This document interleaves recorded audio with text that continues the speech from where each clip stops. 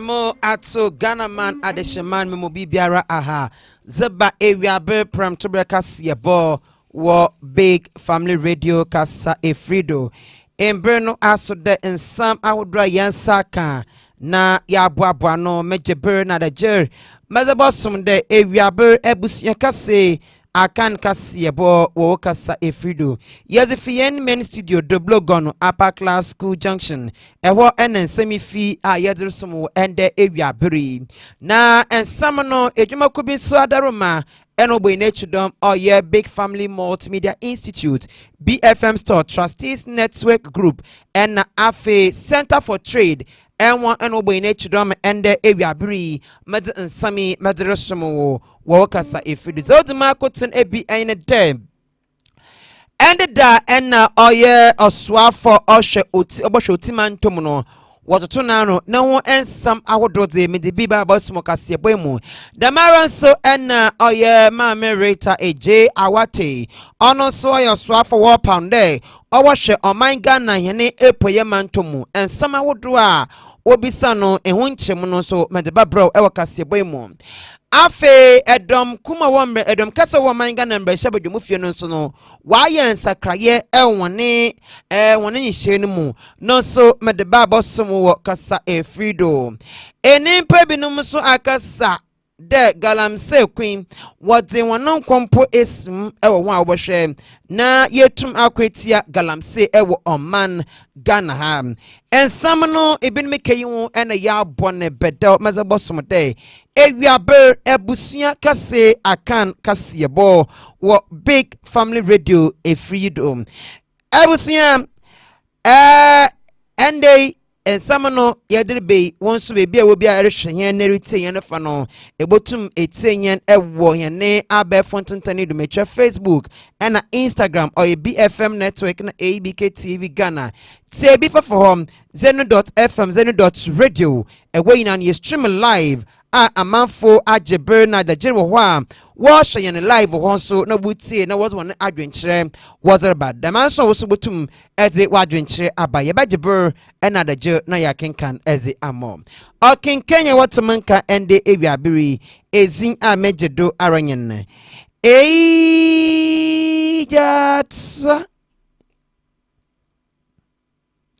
Kobana the donor from ejats akoko school time was porcupine afe jeber na manfa ensam no ninchemu emo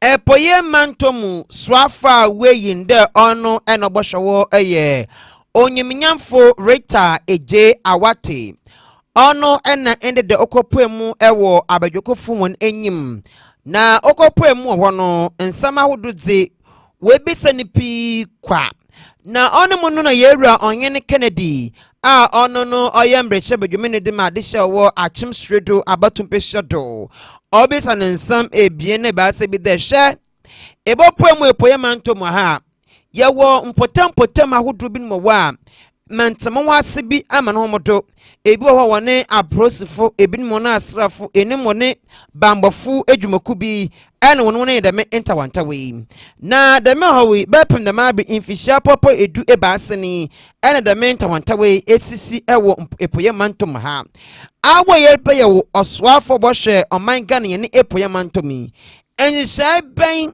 na wo ederema adehia wo epoye mantomu ewo ena mame reta eje awate akasa no chem dem obohwe na one embrehye bedwumfo a wo epoye mantomu nyina no ono mo na hia afeso one Metropolitan Municipal District Chief Executives fono so ono ne bihia one ahenfo ahodowo wobehia na wone abamofo ahodowo wode me epoye mantom woyina no woyina watnase ehia na wahwe kwanya wobafada wobo so de ma honan osande asomdwe we oyepa entin oba de menzama hodui eno bohwa ye na wa masomdwe atodin wo epoye mantom wo Madam Minister nominee, there are reported cases of violent crimes Thank you, Mr. Chairman. Mr. Chairman, Madam Nominee, congratulations. Thank you, Mr. Chairman. Yes, I have just some few questions for you. My name is Kennedy Akan, MP for Achimsuedro, so I'm within your region. Eastern region, most of the paramountcies in the region have chieftaincy dispute. I want to narrow it to where I am the MP there. That is Achimsuedro, which falls under the Abusua traditional area. There have been several chieftaincy disputes for almost 13 years. If you go to other paramountcies, you can see the same problem within the region. I want to find out from you, as a minister designate, if God willing you are approved by the House, what are your plans? Or how do you intend in solving this chieftaincy dispute that we have been grappling with it in the region? Thank you, Mr. Chairman. Of course, I know there are pockets of conflict in my religion, I know Eastern region has a lot of paramountcies. I know we have about 11 paramountcies in the Eastern region, and there are a few areas that have pockets of conflict. First, I will engage my chiefs. I will engage my chiefs to really know what the issues are. We shall be doing a lot of consultation with community leaders, and there are going to be times we are going to have capacity building for them to really know the effect of conflict and have conflict is not going to help. So at the end of it all, I will have training program that will bring people on that will talk about conflict resolution. And I believe with them, if I engage them, I involve them to know the problems and its effects, we are going to have a very beautiful Eastern region. Abusua na onechuno osanso Kasebo eno orichem de se yashwenta wantawa oda oyemre shebedwumofo ena afe aban krachin payinfo ahodo ho na ne hu behia ye pa the maintain obosho dem wona ebie na wo behia da yina na wetum wode nkabom surunku bi wode aba. The relationship and conflict that exists between some member of parliament and MCs is a worrying one, because the region needs the collaboration between MCs and member of parliament to have a peaceful working relationship. As the leader, when you give me the opportunity to become, or when you approve of me to become the Eastern Regional Minister, I will be engaging both the MMDCEs and the Member of Parliament occasionally. I will be having quarterly meetings with them. We are going to collaborate a lot. We will be having capacity building meetings that will create the very peaceful relationship between them. You know, most of the time, the MMDCs have to sign the common fund for the MPs. If there's no good relationship between them, it makes work very difficult for them. I'm going to be engaging them to bring them together occasionally. Quarterly, we'll be having meetings. Thank you. Wait. Abusua ATA Mama Rector AJ awate ono oyo oswafa we yin de se wotuna ne wi a obabada epoye mantum ano na ete nenkano wo ensanfo from yekopemu wo manga na mbrehye bedwomufia chamenyin a hoye onimnyafo Kingsford Alban Bagbin Sumana ono enoze abo to go etem dem NDC amayoku no wone Adam Kase wo man Ghana mbrehye bedwumfie no waye sakraye e wone akenzefu enyim na ne yinan de yewra Mahama Ayarga ono ne mprempen waba Adam Kase mbada no nyi wo oman Ghana mbrehye bedwumfie na ono no webezi oye Dr. Kezalato Forson na de nti mprempen sesi aze oyada yewra Kezalato Forson de onye Adam Kase mbada no biom nemom Mahama Ayarga ono ena oye Adam Kase wan mbada no nyi ensami yewra oye Alban Bagbin Somana Kingsford ono no de to go wo man Ghana mbrehye bedwumfie. And following extensive deliberation by the National Executive Committee and in consultation with the NDC Majority Caucus, we have designated the following honorable members to the leadership positions on the Majority Front bench. 1. Majority Leader, Honorable Mahama Ayarga, MP for Boko Central. 2. Deputy Majority Leader, Honorable George Kweku Ricketts Hagan, MP for Cape Coast South. 3. Majority Chief Whip, Honorable Roxton Nelson Kwame Eche Dafiamapo, MP for South Dai. 4. First Deputy Majority Whip, Honorable Comfort Doyo Kujo, MP for Adan. And 5. Second Deputy Majority Whip, Honorable Richard Achampon, MP for Bia East. Honorable members, the National Democratic Congress, NDC, in consultation with our Majority Caucus in Parliament, has complied with all legal processes that underpin such nominations. We kindly request that you take the necessary steps to formalize these appointments in line with the established practice of the House. Please accept assurances of our highest esteem. Yours sincerely, Honorable Pifi Piavi Kweti, General Secretary. Signed.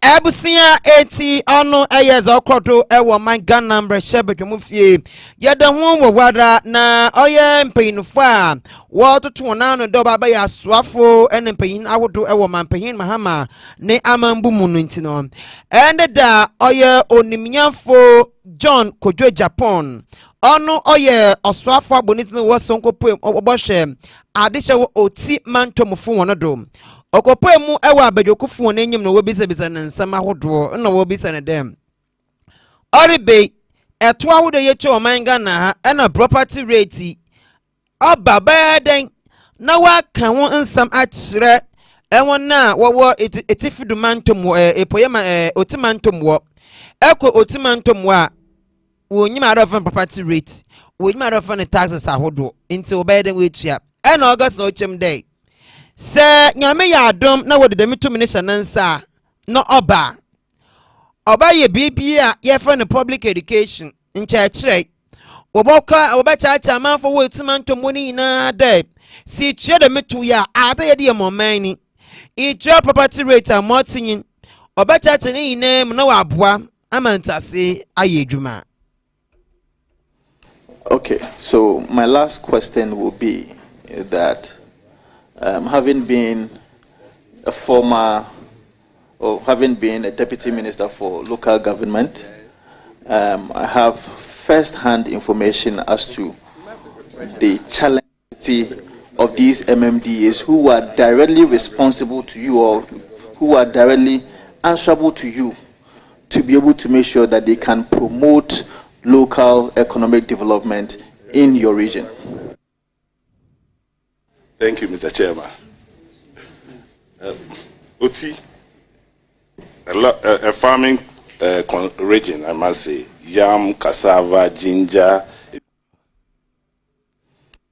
Mr. Chairman, in the first place, the regional minister has no budget. So we will fall on our development partners to support the district assemblies to be able to build the capacity of the assemblies. Again, there will be education.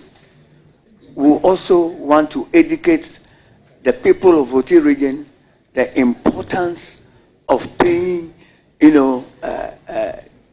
taxes, fees, and their property rates. Most of the assemblies don't even correct property rate because most of the people don't believe that they should even pay property rate when they are not getting any good services. Good services. Thank you. Na onechi no ena wo bisa na nsam efe kwaye ho nsam do ena wo bisa ndai sesi a eba no tifido ma otimantom wa bayer nzame bebre tintimi advance tintimi kakaduru ewe ina no oye ho dwuma wodi wo ho na lebe kwan bed na befa do ahwe emede medi ban bi ho a onkasa na osehwe eba oleba no oni stakeholders ahodo behia na watna ase ahwe kwanya Woboboy oil processing factories ahodro wo na wa abomo ne wudi no wetuma akwankan. Thank you, Mr. Chairman. Oti, a farming region, I must say, yam, cassava, ginger, even cocoa. Honorable nominee, when approved, how do you intend to empower the youth within the region? Thank you, Mr. Chairman. Like he has truly said, Oti is endowed with a very good land mass. We do cocoa, we do ginger, whatever it is. But unfortunately, we don't have any industry that produces or processes this produce in the region. When I get the nod, I am going to consult, try to talk to stakeholders who will come to establish processing factories in cocoa, in ginger production, in cassava production, and yam in the region. I am very confident with this. It will boost up the economy of the region and will give employment to the youth of the region. Thank you.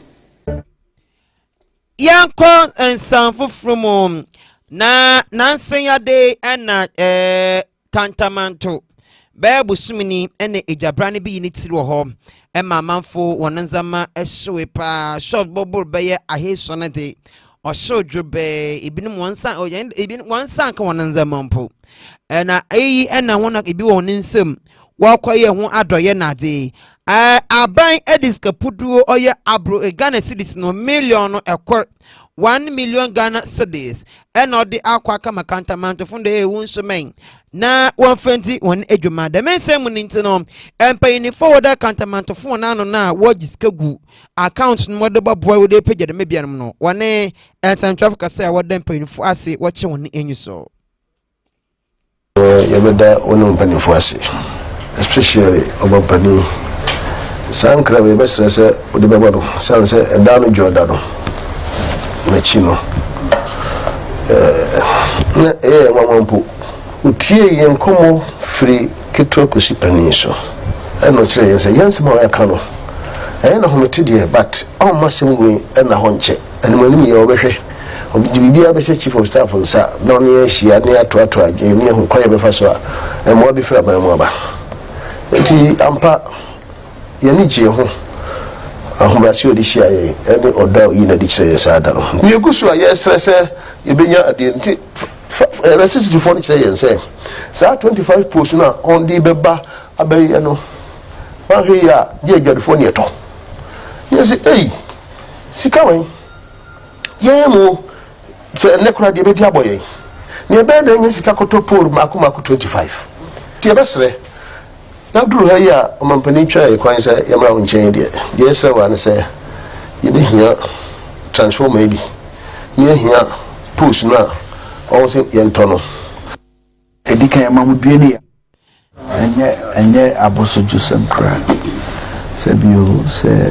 ade a odi mfie dodo aye na ndakro prekopo jato mo amse ne hadwe nti mo pedi chese yema monti ase se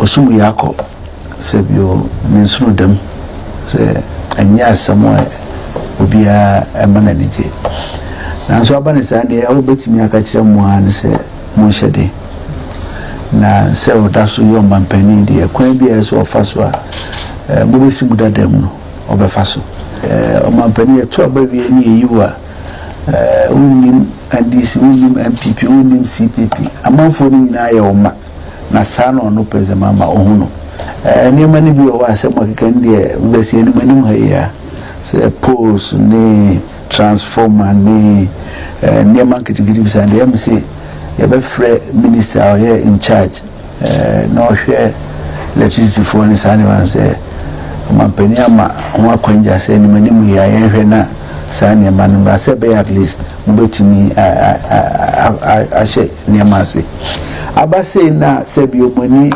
atutu atomo nsam no ejapadi ontimi nka se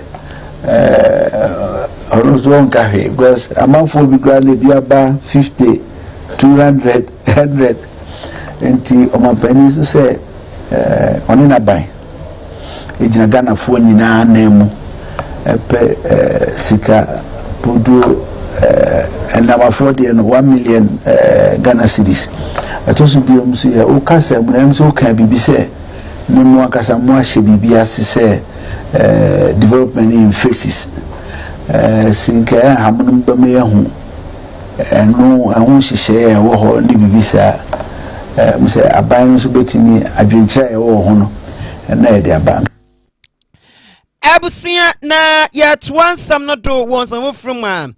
Oya etifidu manta muswafo we ni de ono obosho no ono so kopemu abadwokufu won enyim na okoduru won no we besande honorable ewunda ba Ghana ha etifidu manta mu pa northern region wono say ye pe which camp abayifu won nhye mu bia which camp ayanya de camp we wasne o abro wenye 80 years oyanyan na odna akoto obi wasne ma mienye say eyi 90 years oyanyan na odna akoto no be pay 90 years oyanyan odna akoto Ghana ankotin de yankopon show me 90 years na today yanyan na odo akọ which camp ewo northern region wo ena wo be san necessary and the northern region we ya abayifu camp ados we wa can me be children show me what the what to be no odo akoto what to be odo akoto eba iba zipa na wan kan say eba ye edaboa and also on na to ni bebre akoyendi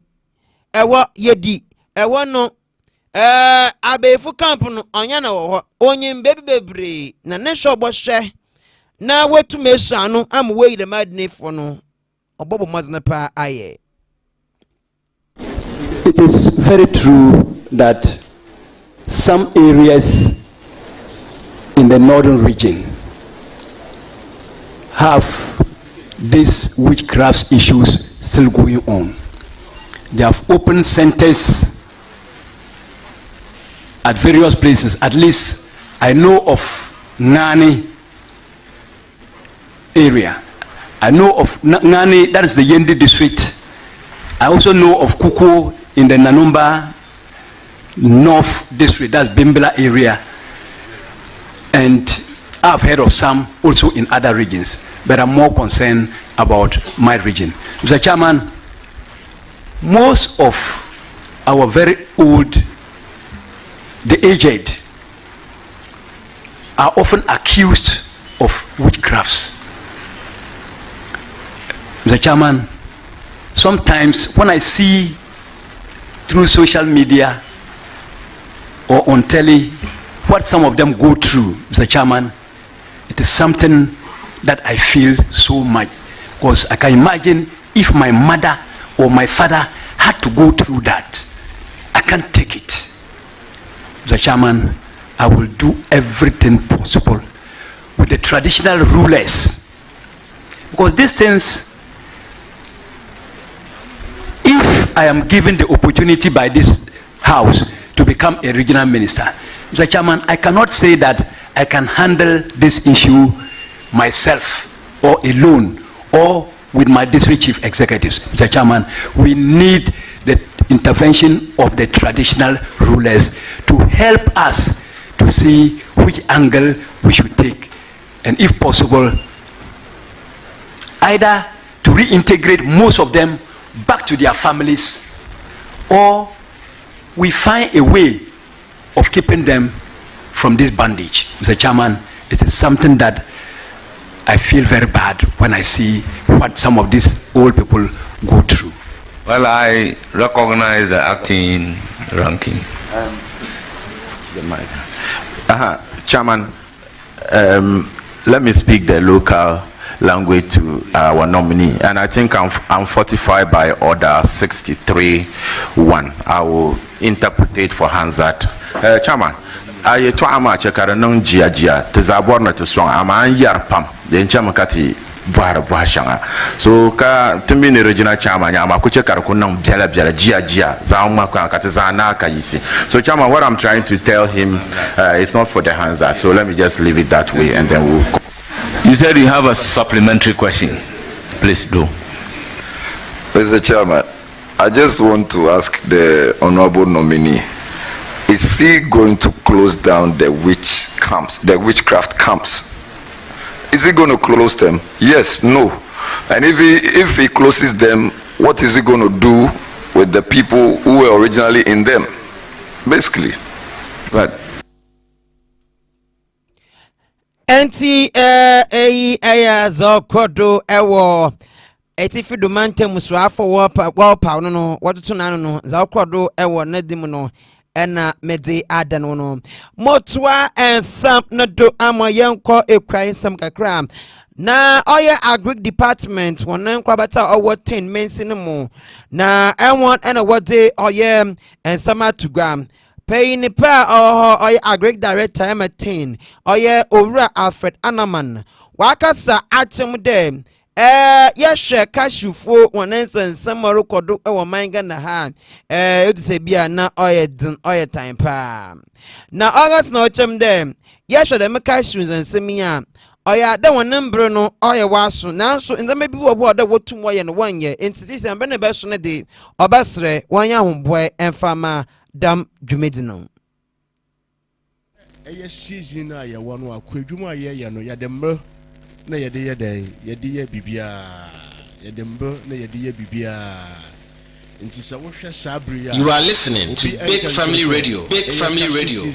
Ya chance so obaka ya December empo na binim do no kakanka binim chance se wo kasu na chance se ye de efuti nti ye nsihye mu no ye hwehwe se at least December no ye wa hunhyehyɛ bi ho ɛsɛ wo ye de ɛsɛ sɛ wo ye by December na wotumi abomboden apapra wo kasu na no a bi kasa firebird wotumi ayɛ abomboden ayɛ wo firebird kama we fi ase ayɛ raking sɛ ye kasa raking wa makasu no mu ayɛ den adda ho kan amese yenua ɛyɛ munum ejina nofia obehu sɛ kasu no mu ayɛ den adda ho nti ɛyɛ apoto kasa mu ye ka bibi sɛ by end of December there na wa bombarding say wo firebird wire dan wire say jesise bi enye dan enka efuo no wa bombarding say reading there we read that wo ye bibia ye fa no raking we can say raking ya wa wonim wo di rake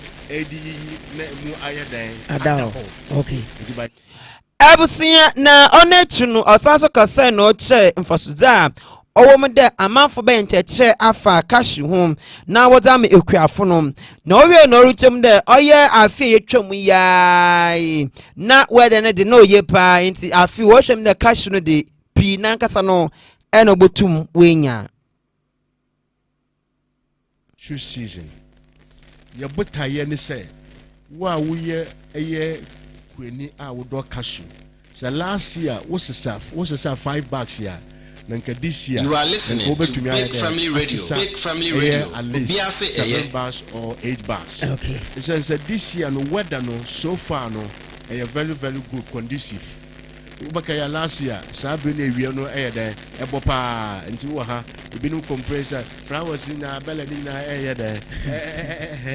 there she but you see how say climate no a little bit conducive yebo mpa ye se flowers nya betumi aye den ejina so ebinum betumi so aye den asesa cashew ni bebre enene ye botaye emakueni no se kueni no betumi asesa otumi enya maximum what harvest betumi abo no bebre na onetu no owura Victor Adai mununkum in charge of thing no so okasai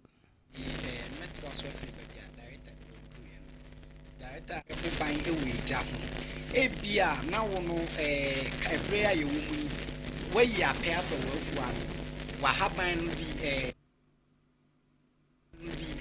can say wa prapra fu na say all right but cashew no any samria ye wo mu frama ebo esere bia aye dried say jato ni mu a on spare nti se okoye na ekogba mpesie mi koye we na moja aduane no kra sometimes obekwa afu mo no mo esese aduane cashew no mpanimfo no ku baabi ena nkora no tija ne ho nti se etefa so anhwe a na anhye wonko ade na akwakohye no eba ne sa se not fruit ne proa difficult ana eden se wobetimi identify ana wunhu ewo form afa san se woni ahaban se na emom otoho na nudi a se no ye kokoo oye yellow 2 days die enye de ebema na yera se untimi hunfa ye konsanfo from sa ewo galamses ensem no da sebre akoja amandiodu ampim otodo ebien ono eye nsakwa manyene wakasa achem de ono de no kwande orbotum de obokwa etia galamse ewo omanga na kankan mpotam wono obokwa etia no wie no eno ne mpanyinfo awro wo 10 stakeholders ahodo wom asofo na enimpetiti na ekuku damanyima wo nia no ono won ekasa ya all the mensam awodwi all to one enyim na yeti ina ka ide ni ni muso ya hawo ne sayen sasu nyina sasu na sa tono ne ni muso ya tono na ka sasu de wo tono de a se ni porto asasu de wan fa asasu na nko ye nti ni muso da chibia no asasu ne de wo da ho ya ye de a okokokoko a obaban soko se ni abobo mu no ye galamse galamse no so no kwane abefa so tu agudie no enye esensase mo amunim ana amko hani mo hu se nuanom hanifo se bensase ba se no na sin de metie kra na hane bebeto ba chi de bodie se nsu kra no bebesa nsu kromo design nsuhu de bebesa nsu de bedia ko hani best article I'm saying afia mae hani sase ba se no yedi bronya chiwie no mini epanyini bia oye professor wa archaeology professor Boachansa 400 million define me boa o ye me kache be se be hwe me na be hwe ba bia mete no ni fie meeting wo nchi no na be bi sabe hu se be ko bana boa se hene ho no be hunu sa da no bi ene sa ahuto no be hunu bi ono fie na ka je se me sa sika be bodini no me nyi sa sika no me 7 money me 7 sase nti de ba ka no mate na mom sa me prempo ni suma benti no me de be ba hifie na me da beto na nanam anim kra asuna hene mabedi bramini na bedwen ho se na nanom amfa metomoni iya Abusua na echinu enokasa ya ono chemude galamse ne de awi nyime be nukromo no sanan kwampono do dutwada odbutwado na wagene man esiwo na ye tudi ni se wo ka ho iya na nanom mejina ho nam na kwana ye de be faso iya me mama mo kwana na ma ka mo adwene na me sigipi ni sigita se iya mama me kwane a mama me tuni a me kwakura me de beto so iya na kwani bia galamse foi ye be pamba fi asaso no so no ye be pambe ntena no misremo me de Kasebo ni ba mamo titiro mrantie no amodim ni pa be hyase no momo bedini na bia hu se asumasi ba iya asumasi wo fasie iya asumasi nana iya ni be ye saade no na me kan me mama atia se bi ba hyase a na saade pa no wonim ne ekoso iya se bi wo fasie hyase a na saade pa no wonim ne ekoso iya na nanu moyi nya busua ba ko pede ko jin sokomane iya nya busua ba ko iya kruko ame ko a ko jin sokomane no no ko ne busua de ko iya tetifo na sokofo pa de de be na nanu ka hu bi ne ye ko jin soko iya mesra mo mamu nafi se sani ye twa no tia ko se ye namurom iya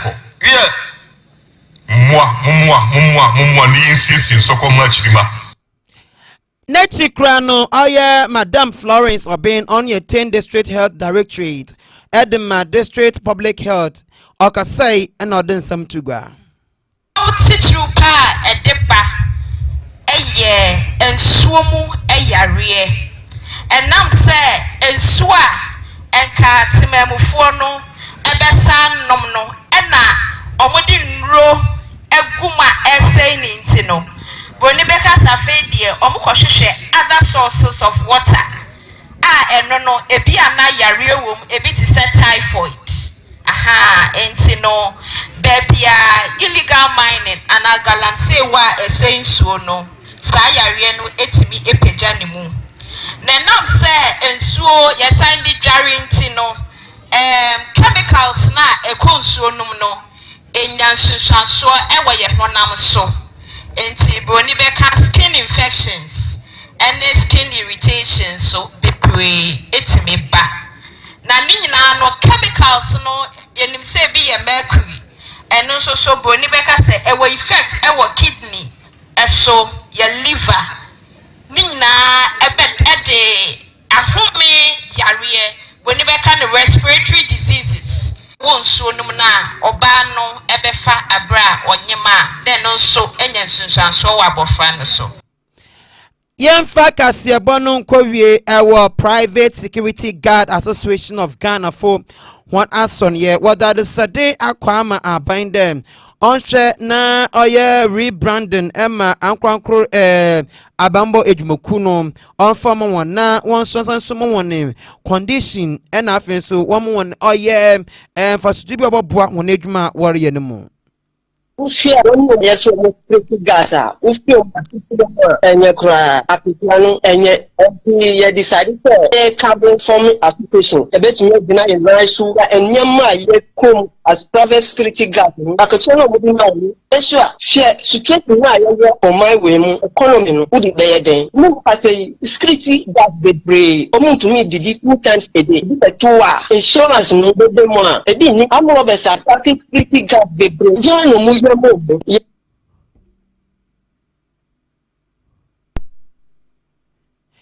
Abusia enti ono asam aranyen ahano ena embema kwan ma yade Kasebo no besi amo asadan koma BFM Store Trustees Network Group ena afen so Center for Trade enwo enwo bo enechi dom ema yade nsami mezebebosmo ende ewiabere asadan ne bisun koma me production team no akosia adepa ena abna papa bi we na bo enechi dom mansami medebedano okay Kenya watamenka ende ewiabere ezin a mejedo aranyen.